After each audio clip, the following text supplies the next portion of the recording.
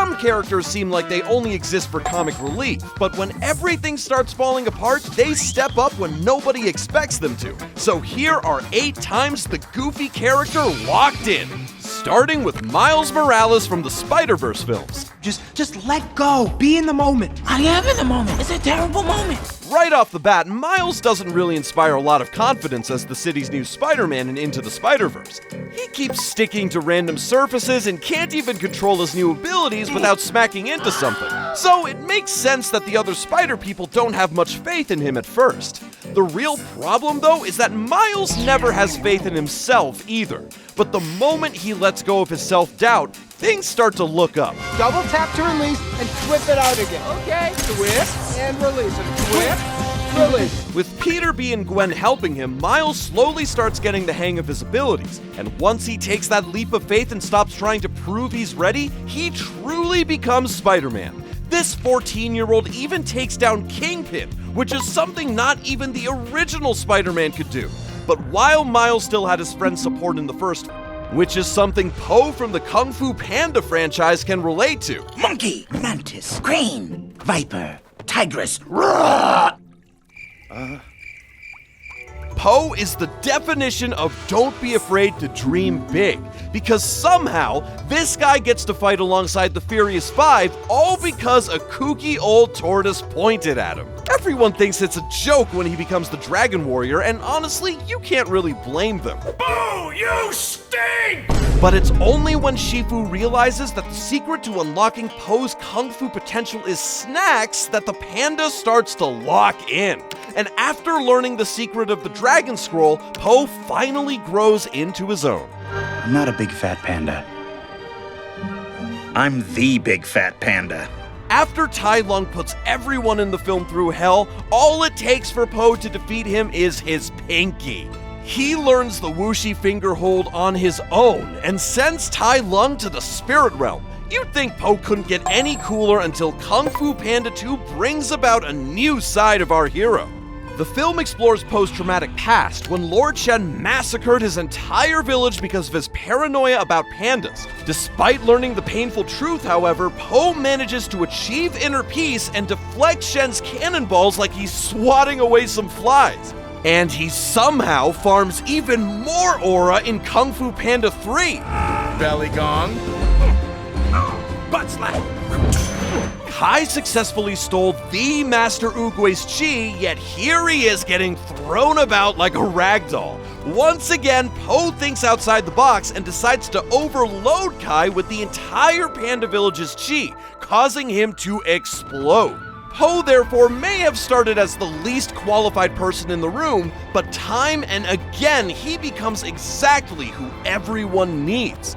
And he's not the only unlikely character to do that. Dishonor on your whole family. Bruh. Make a note of this. Dishonor on you, dishonor on your cow. Stop. For most of the film, Mushu is the comedic relief who's helping Mulan for purely selfish reasons. He follows her into the army because he wants to turn Mulan into a war hero, return to the ancestors in triumph, and reclaim his little pedestal.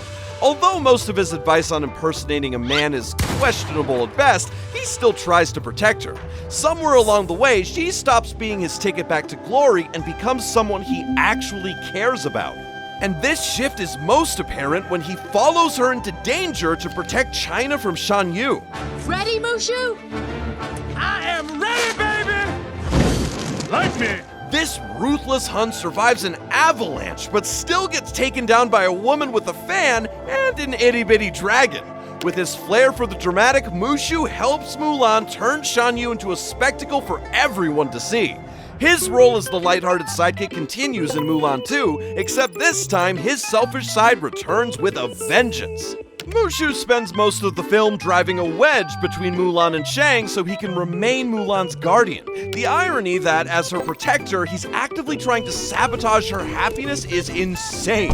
Yes, he makes a ton of mistakes, but when it matters most, he pulls through for Mulan and Shang. I am the Golden Dragon of Unity, and I decide whom to unify. Once again, Mushu saves the day with his theatrics. When Lord Shin tries to oppose Mulan and Shang's marriage, Mushu impersonates the Golden Dragon of Unity just to shut down his protests. He then makes up for getting between the couple, helping them get married right then and there. So even though Mushu is often dramatic and shockingly unqualified, he still saves Mulan when things get serious. Much like Mater from the Cars franchise, who saves the day when no one expects him to. How about that pistachio ice cream? No. Wasabi. Oh, same old, same old. What's up with you? How can someone who mistakes wasabi for pistachio ice cream ever be considered an international spy? How? Somehow, though, that's the entire premise of Cars 2. That's like bullshit! Mater is usually goofy and painfully awkward, but when it comes to engines and random mechanical details, he's weirdly brilliant. He may not be traditionally smart, but he's resourceful and good at adapting under pressure.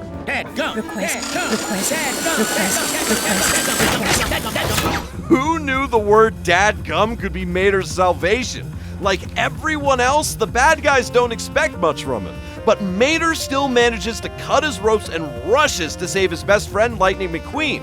Although he struggles with the idea of being too dumb to be a real spy, Mater still does everything in his power to protect others from the bomb inside his engine.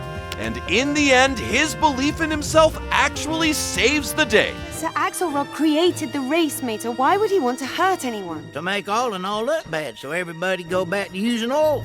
The same tow truck everyone called clueless ends up solving the mystery that trained spies couldn't even crack. Mater figures out that Sir Axelrod is behind everything because of rare bolts and clever deductions. With the bomb timer running out, Mater proves his theory by cornering Axelrod and forcing him to deactivate the bomb in front of everyone.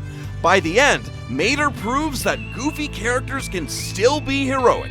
And the same can be said for Dory from Finding Nemo, who never lets her weakness stop her from saving the people she cares about. Just keep swimming. Just keep swimming. Dory initially feels like one of the last fish you'd ever want beside you during a cross-ocean rescue mission. Marlin's son has been kidnapped, and his only travel companion is a fish whose brain keeps buffering every few seconds. She forgets names, directions, and entire conversations that happened mere seconds ago. As quirky as Dory is, though, she sometimes surprises you with her random bursts of sharp memory. So what did it say? What did the mask say? P. Sherman 42 Wallaby Way, Sydney. Even Dory herself doesn't see that coming. Not only does she somehow know how to read, but she also remembers the address to the dentist's office where Nemo is. This scattered fish is the reason Marlin finally reunites with Nemo. Unfortunately, while Marlin gets his family reunion, Dory still has no clue about the whereabouts of her own family. That, however, changes in Finding Dory when small memories of her parents finally begin to surface, and suddenly her forgetfulness stops being a quirk and becomes a truly heartbreaking part of the story. During her search for her parents, she gets separated from the others, feeling lost and completely alone. But when things feel darkest, Dory realizes that the answers were inside her all along. Hello. I'm Dory! Dory finds her way home by trusting the strange way her own mind works. All her scattered thoughts and emotional impulses lead her back to the seashell trail her parents left behind. Her heart remembers what her mind doesn't, which helps her save her loved ones on several occasions. Not every goofy character starts out selfless, however, and Timon from the Lion King films is a prime example. Kid, what's eating you? Nothing. He's at the top of the food chain. This guy meets a depressed Simba, and his first instinct is to either leave him alone because responsibility sounds exhausting, or to make jokes that only he finds funny. Clearly, Pumbaa got the emotional heart in the friendship. Timon and Pumbaa eventually take Simba in, though, and they all live together practicing Hakuna Matata every single day. That is until Simba decides to return to Pride Rock and ruin their peaceful oasis. Timon is naturally upset with Simba, but in reality, he cares for the lion and decides to go after him anyway, even acting as bait to distract the hyenas. Yummers. This Timon version of bravery continues even in The Lion King 1.5. Would you do me the honor of becoming my bride? To be fair, the distraction works because it's so absurd that even the hyenas need a second to process it. Of course, the plan doesn't work forever, and the hyenas slowly creep up on the group. To protect his family from danger, Timon dives into the cracks and helps make the ground collapse beneath the hyenas. The same character who built his entire life around avoiding danger willingly throws himself into it. And this happens again in The Lion King 2, Simba's Pride, when he fights against the outsiders. Although he's famous for being selfish and cowardly, Timon puts aside his fear whenever his loved ones are in danger. And speaking of fear, don't be afraid to hit the subscribe button. I mean, if Timon can face hyenas, you can survive one little click. Anyway, let's move on to another goofy character who's famous for being a scaredy cat. That's a little... salty. Sid is basically the original comic relief of the Ice Age franchise. At first, it may seem like he's only there to annoy the rest of the herd.